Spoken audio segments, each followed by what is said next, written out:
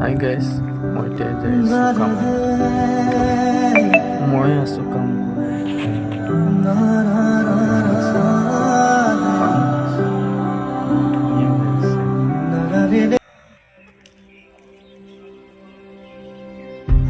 এতিয়া হ'ল দুপৰীয়া।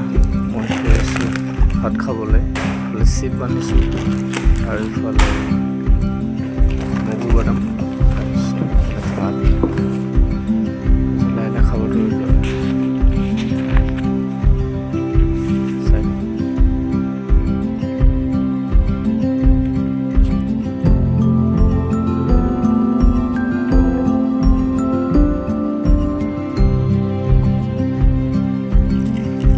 ৰঙালাও আৰু মাছ, কাৱৈ মাছ, মাছ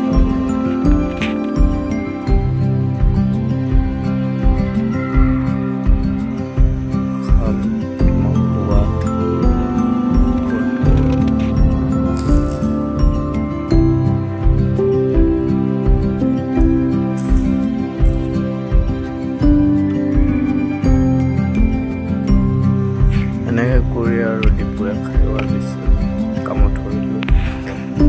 এনেকৈ